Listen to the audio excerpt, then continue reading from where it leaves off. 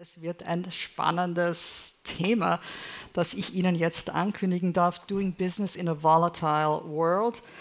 Vor der Keynote, vor der vierten Keynote des heutigen Tages, let me again switch to English. We live in times of tensions. The old world order has collapsed. The world is in disarray. We are facing challenges. We're facing new challenges. Let's take a look. In today's world of political tensions and crises, businesses navigate a minefield of unprecedented global challenges. In order for companies to enhance their resilience and ensure long-term competitiveness, we need to understand current global challenges and anticipate potential risks. Welcome to an exploration of geopolitical strategies.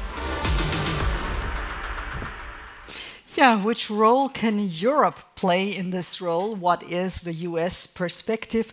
I'm happy to announce our fourth keynote speaker today, and this is really the big picture that we will be getting here.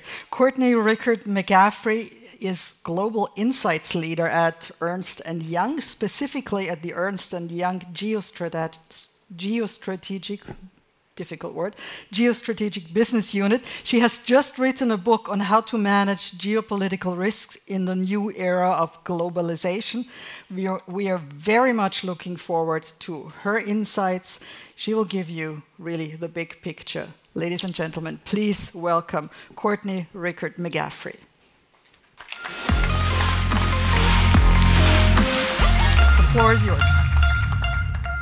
Thank you very much, and thank you for having me here today. So I'm here from Washington, D.C., here to present sort of our global perspective on how we see the world evolving today and into the future. So there's the slides. OK, great. To kick it off, I wanted to talk about the top 10 developments that we see in the world today.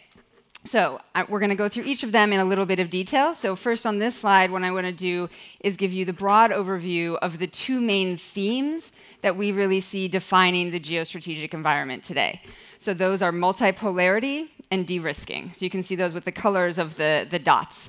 So multipolarity is essentially this trend that we've seen in recent years that's continuing today of geopolitical power becoming more dispersed around the world. So more countries, more non-state actors as well are playing a bigger role in the geopolitical system, and this is leading to this multipolar world that we find ourselves in. The second big trend is de-risking. Now, that does not mean that risk is going down. Rather, this is the phrase coined by Ursula von der Leyen last year, which has been picked up in capitals around the world.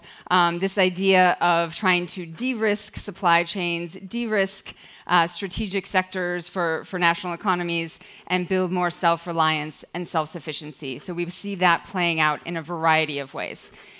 Now, we've also organized our top 10 developments this year by areas of business impact and ways that businesses can actually manage these risks. So you can see those here with the diamonds on our chart. So it's around business models and strategies, supply chains, and also sustainability agendas. So with that sort of high-level context in mind, I'm going to go through each of the top 10 in a little bit of detail just to give you a flavor for what it is we see happening around the world.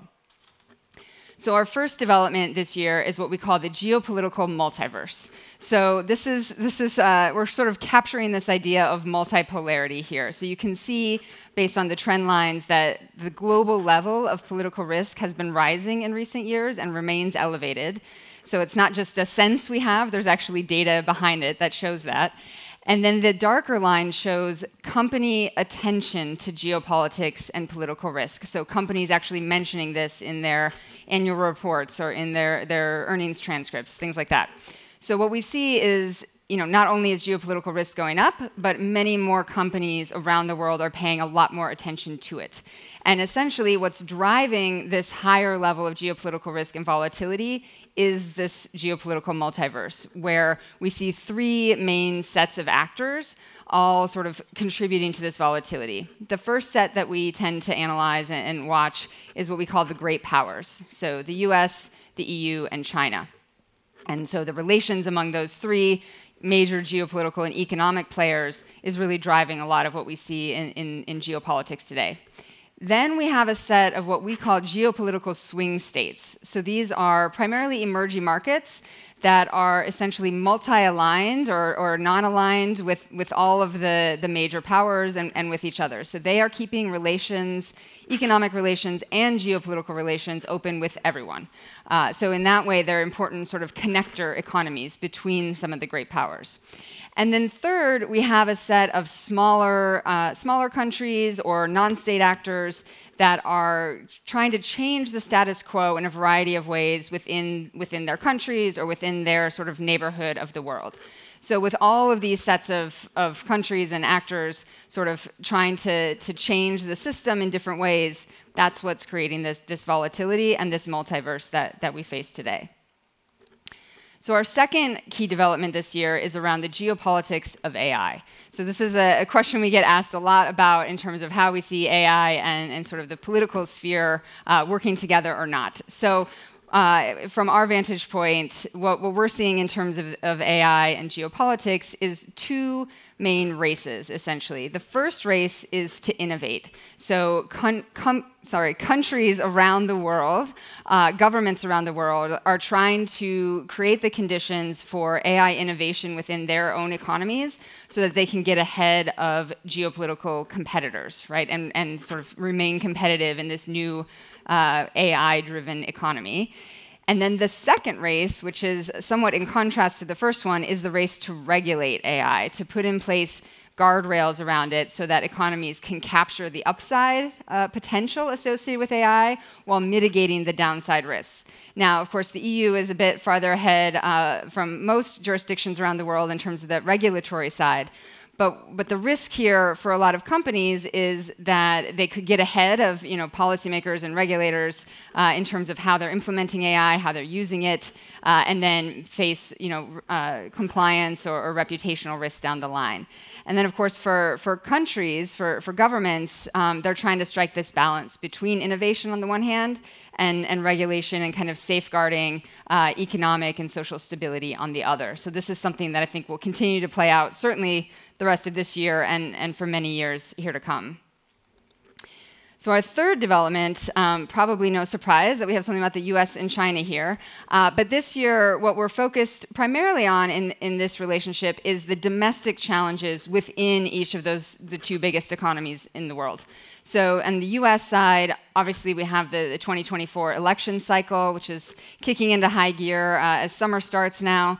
And so that is creating a lot of political and policy uncertainty in Washington, for sure, as well as a variety of societal tensions and sort of questions about future tensions around the country. And so how the U.S. sort of handles that going forward will influence obviously growth trajectory and the U.S. role in the world. Now, on China's side, it's obviously a very different challenge that they're facing. It's really more around some of these economic and financial vulnerabilities and challenges as the country has sort of downshifted to a lower level of growth, and whether or not the policy mix will be sort of sufficient to actually manage that downshift, manage expectations of businesses and households, and create a sort of a sustainable growth trajectory going forward. Now, of course, both of these economies matter greatly to many companies around the world in terms of export markets, investment destinations, source of customers. And so that's why we wanted to highlight these two kind of twin challenges in the US and China this year. Although they're very different, this year we see as an inflection point actually for both countries, which will have ripple effects around the world depending on how they play out. And speaking of the US election, that brings me to our fourth development and the final one in that strategy diamond, which is around what we're calling the global elections supercycle. So I know you all are quite aware of this here. Obviously, we just had the European Parliament election recently, we've had a variety of elections the first half of this year in a lot of really significant markets around the world. And of course, coming up, we've got the UK and France just around the corner, and then, of course, the US in November. So why we wanted to highlight this is, as you can see from the data here, it's voters representing about 54% of the global population and 60% of global GDP are going to the polls this year. So that has a really big effect on the overall global economy and business environment, because with any election, or almost any election, Russia's was predetermined, the outcome, of course, but for most elections, we don't quite know how they're going to turn out. And so what that means is there's a high degree of political uncertainty and policy and regulatory uncertainty coming out of those elections. So what we've heard from a lot of companies and business leaders around the world is just sort of some apprehension about that uncertainty, because it's very unclear where certain trajectories of countries will go, not least of which, of course, is the United States, where a lot of companies around the world are quite interested in how that will turn out and sort of thinking through scenarios for different potential election outcomes. So I'd like to move on now to the supply chain side of our top developments this year. So the first one is what we call prioritizing economic security. So this is really the main manifestation of that de-risking trend. So what we see, here we just highlighted a few of the major markets around the world, but we really see this happening in many countries around the world.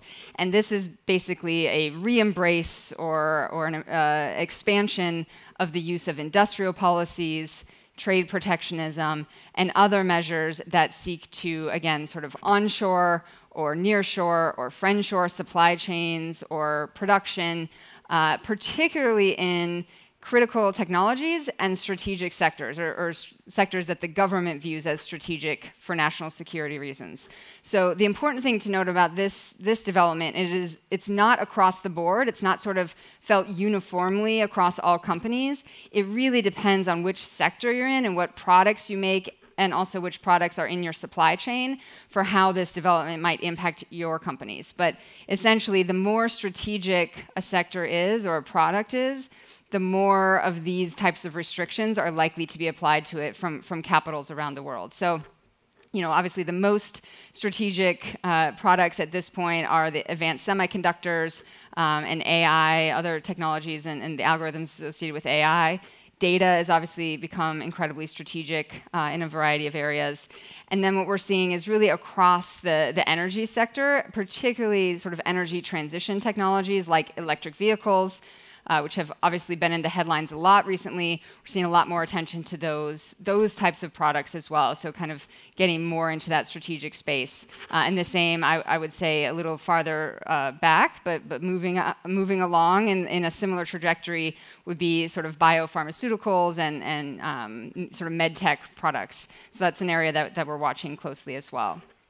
So this is sort of one side of the coin, is these economic security measures. The flip side of that is what we're calling the diversification agenda, because as all of the big players around the world are trying to de-risk their supply chains and where critical products are produced, there's an effort by both governments and companies to seek out diversification markets. So where can companies set up production or find new suppliers or expand their market presence where they could sort of de-risk from sort of the geopolitical competition that we see. So again, here, those geopolitical swing states that I mentioned back in the multiverse play a really big role, because those are the economies that are fairly large, fairly connected with the global economy, and are trading with everyone, investing with everyone. And so, as I think I mentioned earlier, some people are calling them the connector economies, because they enable that diversification to sort of de-risk a company's supply chains in terms of that geopolitical competition and some of those geopolitical tensions. Now, there are, of course, country-level political risks, both upside and downside, associated with all of these diversification markets. So each one is unique, and each has different sort of areas of expertise and networked ecosystems for different kinds of sectors. But basically, when we're working with companies to think through this, we're looking at, obviously the election super cycle, if they're affected by that. what's their sort of policy environment around foreign direct investment or trade, how protectionist are they, what investment incentives may be on offer for companies seeking to enter the market, and then, of course, some of the standard things like transportation infrastructure, electricity infrastructure, skills in the labor force, things like that. So each market is distinct, but a lot of markets throughout Southeast Asia, India, Mexico, and elsewhere are attracting a lot of attention in this regard. And then the final development we have in our supply chain diamond is around the geopolitics of the oceans. So there's a lot going on in sort of the ocean economy that we highlight in this development. So I'll point out just a couple here. So one is around the communications infrastructure on the seabed floor, right? Like those subsea cables that carry, I think, 95% of the international data flows that go around the world. We've seen in recent years those increasingly come under attack by various means, cyber and otherwise. And more of those cables are continuing to be built in really geopolitically sensitive areas like the South China Sea.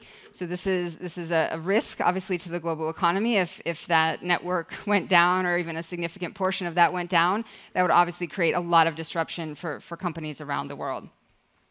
The other main one that I want to highlight in this geopolitics of the ocean development is, of course, around supply chains, so maritime transport. So, in recent years, we've seen a lot of disruption in terms of some key maritime trade routes, including, of course, in the Black Sea and the South China Sea, and then, of course, most recently in the Red Sea with the Houthi attacks, heading into the Gulf there. So, all of that is to say that there's a lot of choke points in global trade, and they're increasingly becoming vulnerable to geopolitical risks, and that's something that unfortunately is likely to continue into the future. Now, of course, supply chains can be rerouted, and going around the southern coast of Africa, for instance, instead of through using the Suez Canal.